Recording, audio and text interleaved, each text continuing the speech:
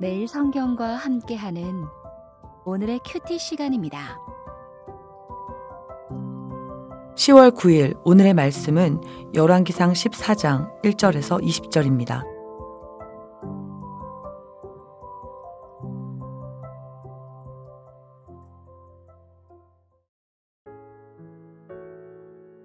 그때 여로보암의 아들 아비야가 병든지라.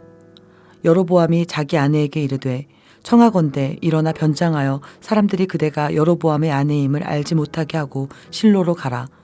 거기 선지자 아히야가 있나니 그는 이전에 내가 이 백성의 왕이 될 것을 내게 말한 사람이니라.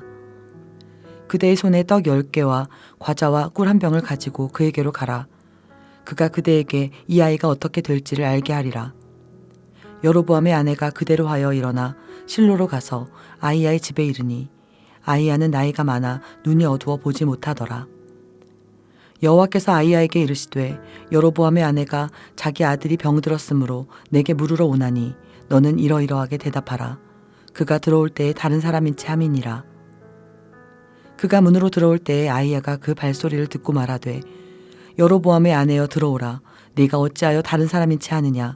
내가 명령을 받아 흉한 일을 내게 전하리니 가서 여로보암에게 말하라. 이스라엘의 하나님 여호와의 말씀이 내가 너를 백성 중에서 들어 내 백성 이스라엘의 주권자가 되게 하고 나라를 다윗의 집에서 찢어내어 내게 주었거늘 너는 내 종 다윗이 내 명령을 지켜 전심으로 나를 따르며 나 보기에 정직한 일만 행하였음과 같지 아니하고 내 이전 사람들보다도 더 악을 행하고 가서 너를 위하여 다른 신을 만들며 우상을 부어 만들어 나를 노엽게 하고 나를 내 등 뒤에 버렸도다. 그러므로 내가 여로보암의 집에 재앙을 내려 여로보암에게 속한 산에는 이스라엘 가운데 매인자나 노인자나 다 끊어버리되 거름더미를 쓸어 버림같이 여로보암의 집을 말갛게 쓸어 버릴지라.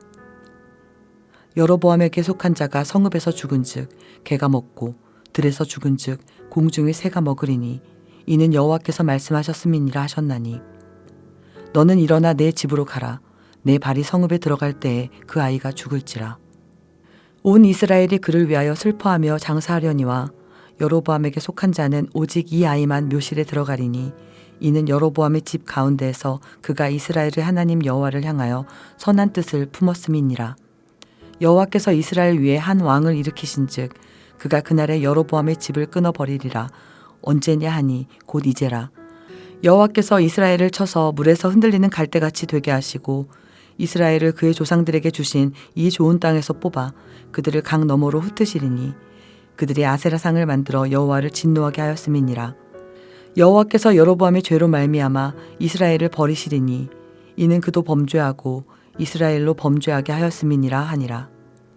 여로보암의 아내가 일어나 디르사로 돌아가서 집 문지방에 이를 때에 그 아이가 죽은지라. 온 이스라엘이 그를 장사하고 그를 위하여 슬퍼하니 여호와께서 그의 종 선지자 아히야를 통하여 하신 말씀과 같이 되었더라. 여로보암의 그 남은 행적 곧 그가 어떻게 싸웠는지와 어떻게 다스렸는지는 이스라엘 왕 역대지락에 기록되니라. 여로보암이 왕이 된 지 22년이라. 그가 그의 조상들과 함께 잠에 그의 아들 나답이 대신하여 왕이 되니라. 10월 9일 월요일 오늘 말씀은 열왕기상 14장 1절에서 20절까지의 말씀입니다. 어제 말씀에서 우리는 선지자의 죽음으로 하나님 말씀의 확실성이 드러났음에도 불구하고 계속해서 악을 행하는 여로보암을 보았습니다. 오늘 첫 구절이 그때에로 시작되는데요. 이는 여로보암이 하나님의 경고에도 아직 정신 차리지 못하고 악을 행하는 것이 오늘 본문의 배경이자 이유임을 알려주는 것입니다. 그때 여로보암의 아들 아비야가 병이 들었습니다. 제단을 향한 부정적인 예언의 말씀을 듣거나 그 말씀을 전한 선지자의 죽음을 알게 되었을 때도 움직이지 않던 그가 자기 아들이 병에 걸리니 불안함을 갖고 행동하기 시작합니다. 아들 아비야의 병이 하나님의 심판과 관련된 일인가 알고 싶어서 아내를 설득하여 선지자 아히야에게 보냅니다. 선지자 아히야는 여로보암에게 왕이 될 것을 예언했던 선지자입니다. 그가 있는 실로는 현재 위치인 디르사로부터 적어도 30km 이상 떨어진 곳인데 아내를 그 먼 곳까지 변장하게 하여 보낼 정도로 열심입니다. 자기가 가지 않고 아내를 변장시켜서 보내는 이유는 무엇일까요? 도둑이 제발 저리듯 본인이 하나님의 말씀에서 벗어난 길을 걷고 있음을 알았기 때문에 선지자가 선입견을 갖지 않고 순수하게 아들의 운명을 말하게 하여서 하나님의 뜻을 확인하고 싶었던 것 같습니다. 아니 거기서 더 나아가 인간적인 방법을 써서라도 자기에게 좋은 답을 얻고자, 즉 하나님의 뜻을 조종하려고 한 것 같기도 합니다. 떡 10개와 과자와 꿀 1병을 가지고 가게 하는 것이 그러한 의도가 아닌가 싶습니다. 선지자가 기분이 좋아지면 그 예언도 좋게 해줄 것이라고 기대했기 때문인 것 같은데 영적인 눈이 없는 여로보암은 몰라도 너무 모르고 있습니다. 하나님의 뜻이 선지자의 기분에 따라 달라지는 것 아닐 텐데요. 여로보암은 아직도 자신을 세우신 하나님을 참 왕으로 인정하지 않고 있는 듯합니다. 어쩌면 당시 선지자들이 그렇게 돈과 권력에 매수되기도 했기에 그런 생각을 더 쉽게 할 수 있었던 것은 아닌가 싶어 씁쓸해지기도 합니다. 그의 의도가 시험이든 조종이든 간에 여로보암은 변장과 뇌물로 선지자의 눈을, 아니 하나님의 눈을 속이려 했습니다. 사실 아히야 선지자의 눈을 속일 필요가 없었습니다. 그는 이미 나이가 많아 눈이 어두워 보지 못했기 때문입니다. 그러나 아히야는 눈은 비록 어두웠지만 하나님의 말씀을 듣는 귀는 열려 있었습니다. 그에게 하나님이 자세한 상황을 설명해 주시고 전할 말을 알려주십니다. 이처럼 말씀을 듣는 귀가 열린 사람은 영적인 눈이 열리게 됩니다.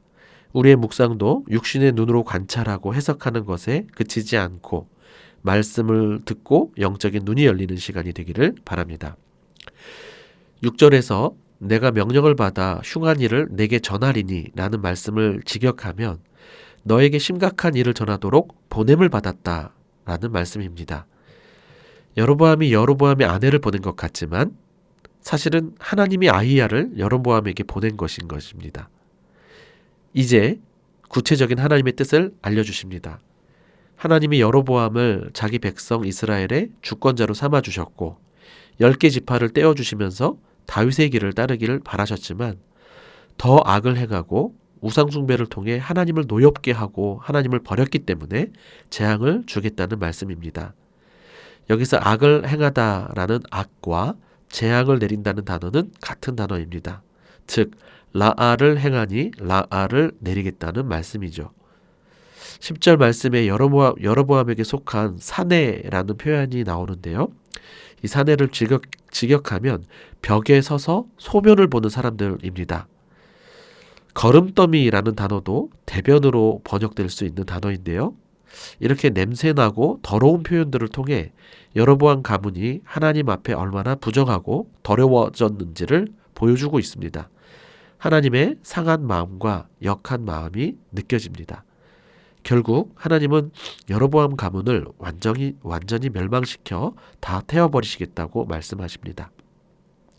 그런데 한편으로는 굳이 이렇게 선지자를 통해 여로보암의 죄를 정확하게 알려주시는 것이 어쩌면 다윗에게 나단을 통해 그러했듯 여전히 기회를 주시는 것 아닐까 싶기도 합니다. 이제 가장 궁금했던 아비야의 운명에 대한 말씀이 주어집니다.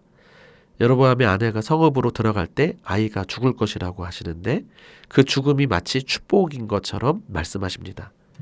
13절에 보면 오직 이 아이만 묘실에 들어가리니 라며 그가 하나님 여호와를 향하여 선한 뜻을 품었다는 것을 알려줍니다. 하나님을 향한 선한 뜻을 품었는데 왜 죽어야 되는가 싶어 아쉽지만 험한 꼴 안 보고 죽는 것도 은혜인 것 같습니다.